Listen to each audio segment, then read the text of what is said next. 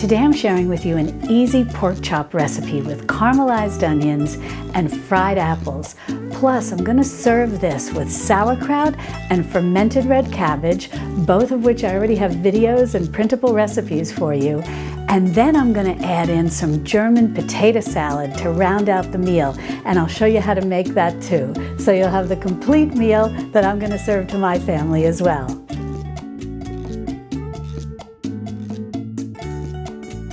Hi sweet friends, I'm Mary and welcome to Mary's Nest, where I teach traditional cooking skills for making nutrient-dense foods like bone broth, ferment, sourdough, and more. So if you enjoy learning about those things, consider subscribing to my channel and don't forget to click on the little notification bell below. That'll let you know every time I upload a new video. Well, we're having exceptionally unseasonably cold weather here in Central Texas. And as a matter of fact, it's going to be dipping down into the 20s.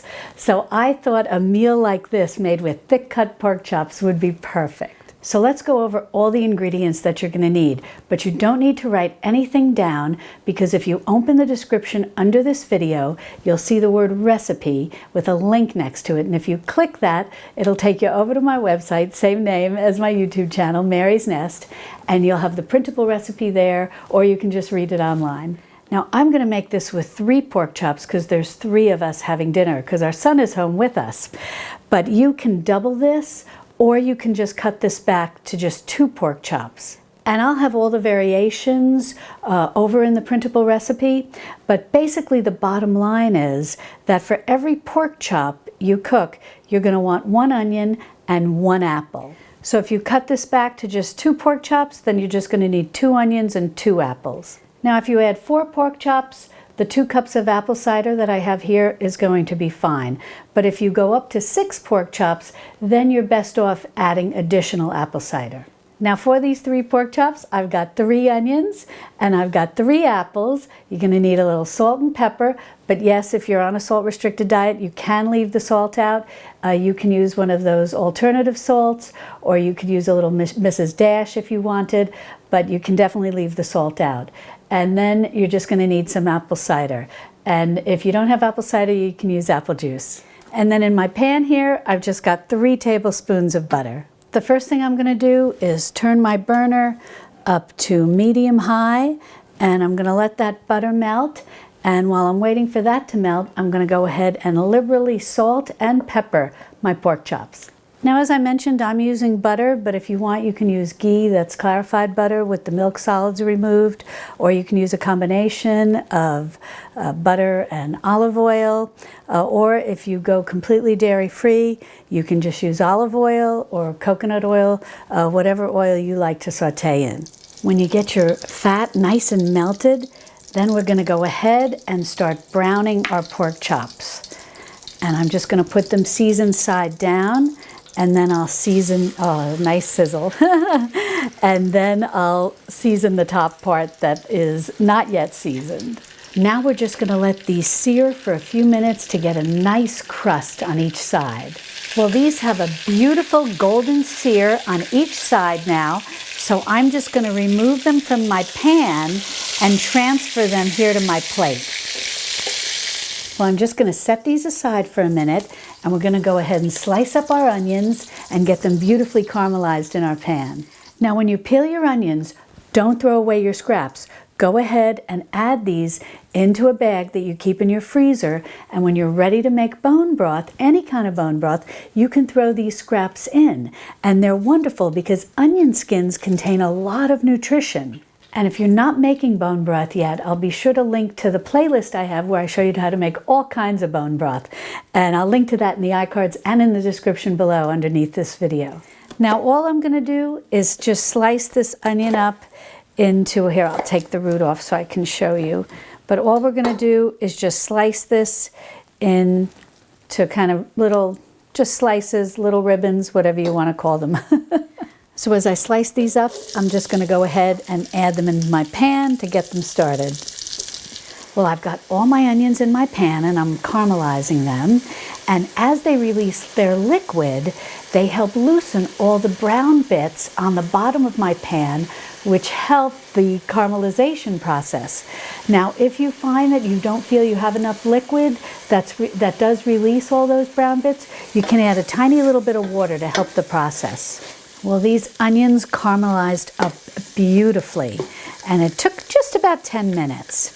Now what I'm going to do is just kind of flatten them out on the bottom of the pan, and then I'm going to bring over my pork chops, and what I'm going to do at this point is put them back in on top of the bed of onions. Now sometimes you can saute up your pork chops on each side for, maybe 5 to 8 minutes, depends how thick they are, and serve them up just like that, as long as they're thoroughly cooked, and then you can top them with the caramelized onions, and it'll be delicious. But what I like to do is, let me add in back these juices, I like to add the apple juice and let these, or apple cider, whatever you have, and let these simmer, these pork chops simmer with the onions for about an hour. And they are going to be scrumptious. They're going to be falling off the bone tender. So now let's go ahead and add in our apple cider.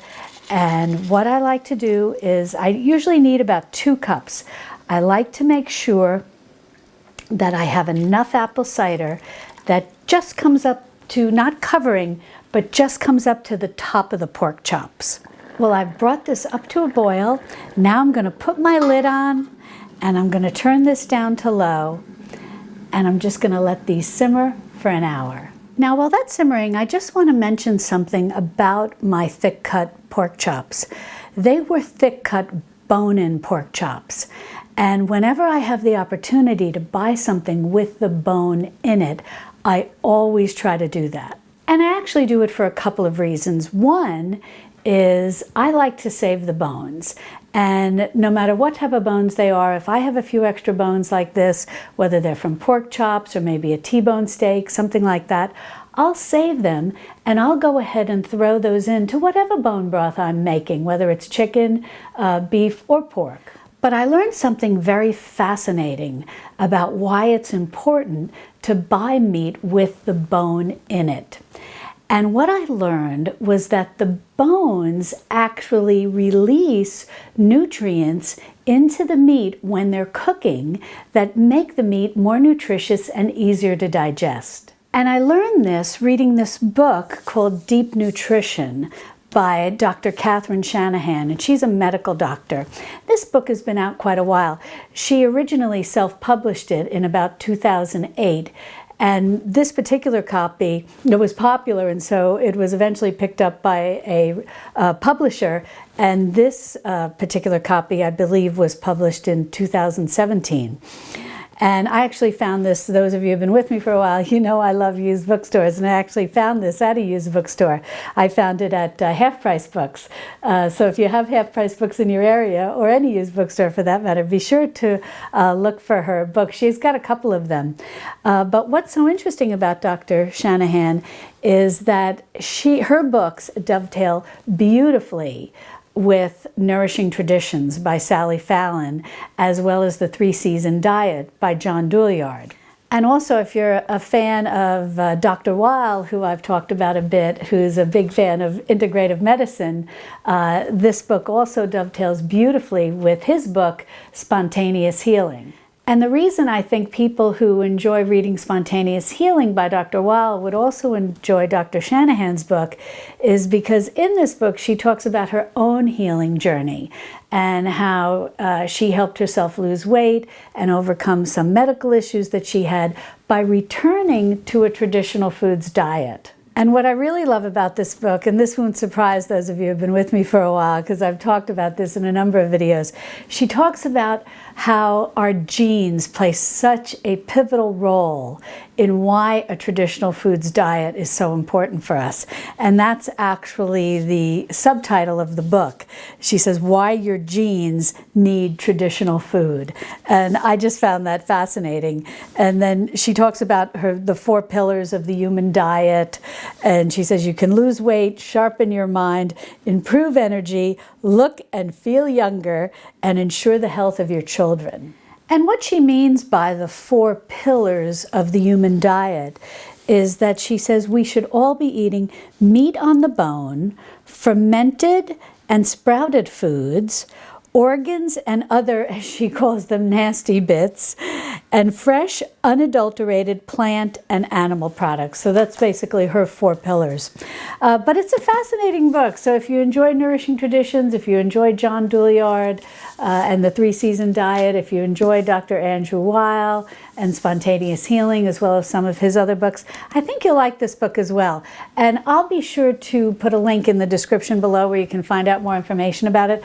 But definitely look in your local used bookstores because you might come across it. Well, I'm just going to set these apples aside for a minute because we'll prepare these as the pork chops get closer to being done. But in the interim, we'll go ahead and prepare the German potato salad.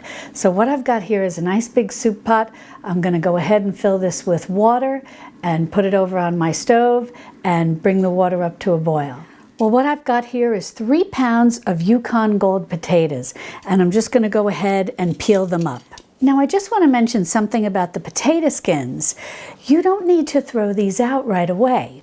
You can boil these up in some water and then strain the water and then set the water aside and save it when you need to add water to feed your sourdough starter.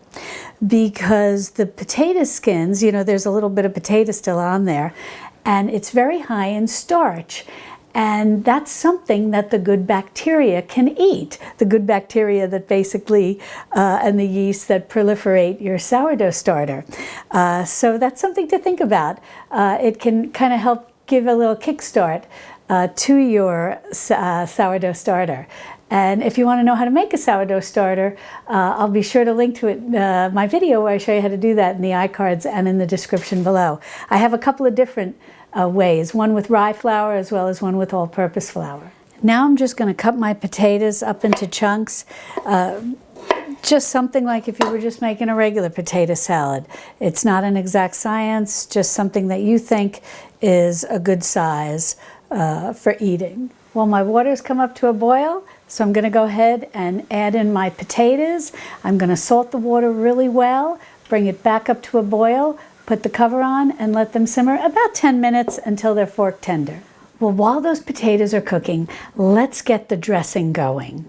Now, this is not particularly authentic, but it's kind of the way that I like to do it and the way that we find it's easiest to digest. Now I've got 1 bunch of green onions or spring onions and just sliced up here, and I like to use the green and the white. But now don't throw out the little roots that you've just left a little bit of the bulb on.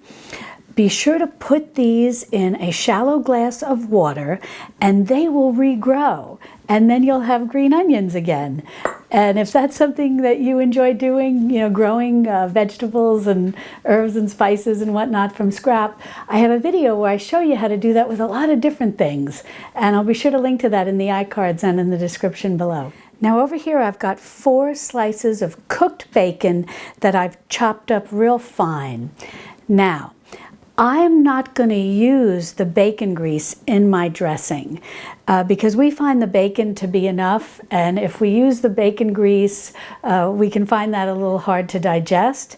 So instead I'm actually going to use a little olive oil when we make the dressing, but you can by all means use the bacon grease. Okay, next you're going to need a ½ cup of apple cider vinegar, and you can definitely use your own homemade apple cider vinegar.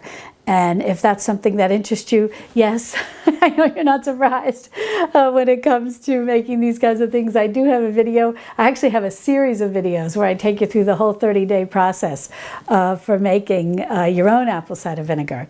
So you can, which is nice because it's raw and it's rich in the mother, which is the good probiotics. So you're just going to want a ½ cup of that. And then next, if you've got a bottle or a jar, whatever you have, I've got one of these old salad dressing cruets, and so it works very well because we're going to give this all a really good shake. And into your jar, just go ahead. What I've got here is 1 teaspoon of salt, and I'm just using a fine ground sea salt, but use whatever you have. And then I've just got some black pepper. I've got about a ½ teaspoon of freshly ground black pepper, And then on top of that, I've got some sucanat. I've got 2 teaspoons of sucanat. And sucanat, if you're not familiar with that, is dried sugar cane juice. So it's a whole sweetener. It's just the sugar cane juice that they dry. So it has all the vitamins and minerals still intact. Now, if you're at the beginning of your journey from a processed foods kitchen to a traditional foods kitchen, and all you have is white sugar right now, that's fine. You can go ahead and use 2 teaspoons of white sugar. Now also, I just want to mention, in case you don't have sucanat, but you do want to use a whole sweetener to make this dressing, you can definitely use a little honey, and you can just go ahead and add that right into your apple cider vinegar and to help it dissolve. And the next ingredient that I like to add is a really grainy mustard. Now, if you want, you can just use like a plain one that doesn't have any of these seeds, any of the mustard seeds in it, like a Dijon that's got a nice bit of spice to it. Or you can just use some yellow mustard if you want. But I really like, and this is a really grainy one. There are some that have a little more of the actual mustard mixed in with the mustard seeds. This is exceptionally heavy on the mustard seeds, but we love it. So I'm going to go ahead and just add that right into my apple cider vinegar. I'm just going to go ahead and give this a little stir to just sort of mix up all of those mustard seeds. And then I'm going to go ahead and pour this, make sure I get all those mustard seeds in there, into our salt and pepper and sweetener mixture. Then I'm going to make sure that this top is on nice and tight, and I'm going to give this a really good shake to get everything dissolved. Okay, I think all that salt and sucanat is dissolved. Now I'm going to go ahead and add in 2 tablespoons of olive oil. Now, if you're doing the bacon grease, you can go ahead and add that right in now. Then I'm just going to give this another shake, make sure the top is on nice and tight, and help it to emulsify. Well, I've got my potatoes in here, all cooked, fork tender. They're nice and hot, and maybe you can see the steam coming off of them. And now I'm going to go ahead, while they're hot, and pour my dressing all over them. Then I'm going to go ahead and add in all my bacon. And once we get that, we'll go ahead also and add in all of our green onion. Now we'll give everything a really good stir. And that dressing is going to be beautifully absorbed by these hot potatoes, and it's just going to be super flavorful. Now this is perfect to eat hot or at room temperature. So for right now, I'm going to set this aside while we finish up our apples for our pork chops. Now when it comes to the apples, you've got a couple of choices. If you want, you can peel them and slice them and then add them into your pork chops and onions at the last 10 minutes and let them cook in all that wonderful flavor, and they'll be scrumptious. However, if you want to do them in the fried apple style, like the way the Cracker Barrel restaurant serves them, then what we're going to do is, once the pork chops are done, we're going to transfer them to a platter with the onions, keep them warm, and then I'll show you how we cook up the apples. Well, I want to tell you something cute about these apples. Our grocery store will often take fruit that they think, doesn't look perfect. And sometimes they'll have little signs that say, I may not be perfect, but I'm still tasty, or something cute like that.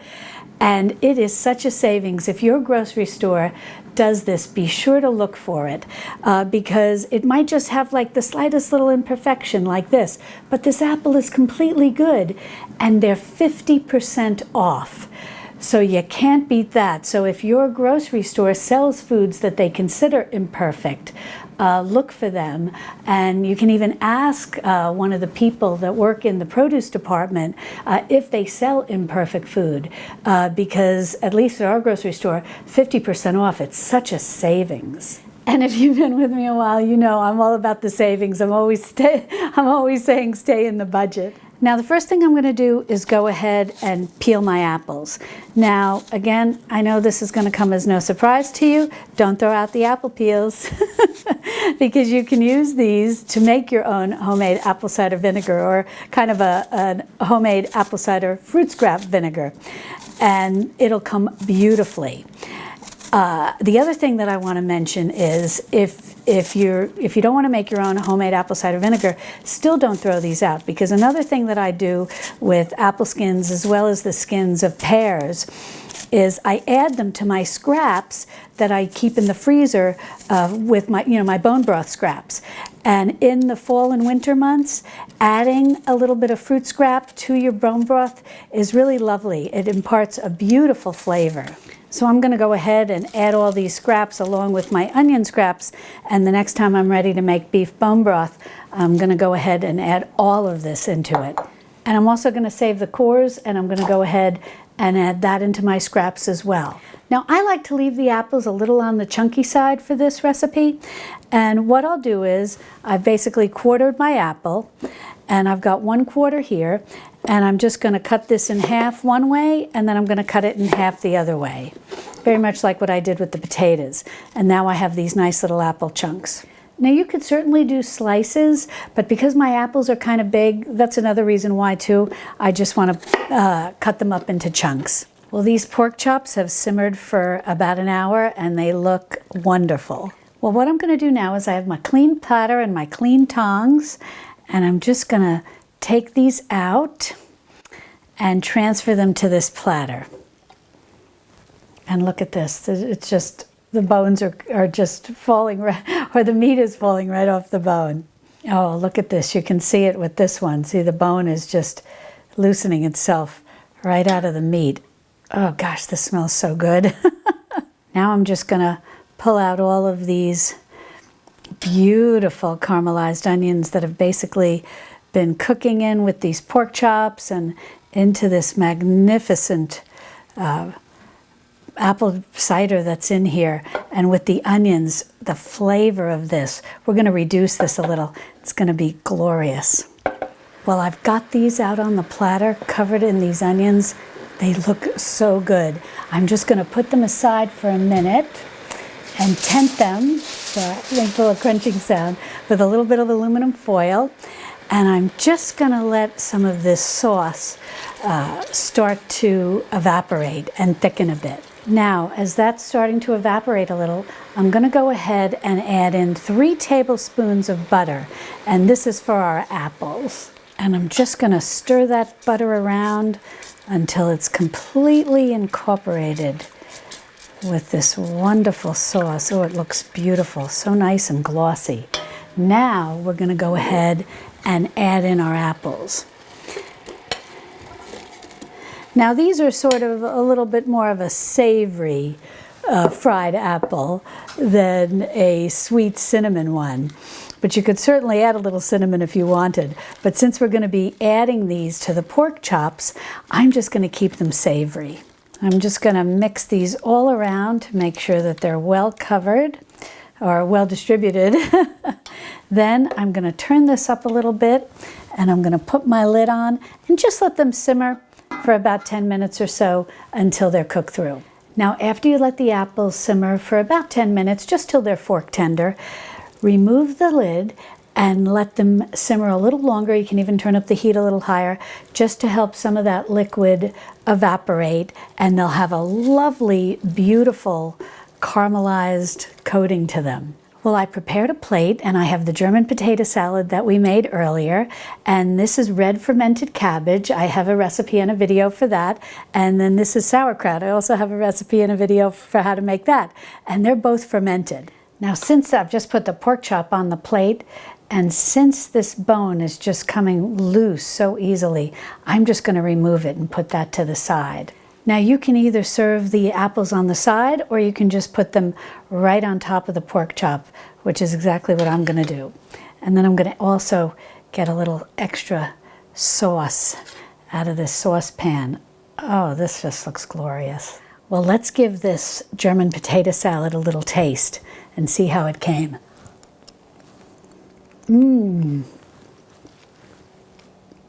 Oh, that's so tasty. I love the vinegar-based dressing. That's perfect. Now for the piece de resistance. Look at this. Oh my gosh, I don't even need a knife. You are going to just adore how tender these pork chops are. Now let me get a little bit of that apple in there too, and we'll see how this came. And we'll give it a taste.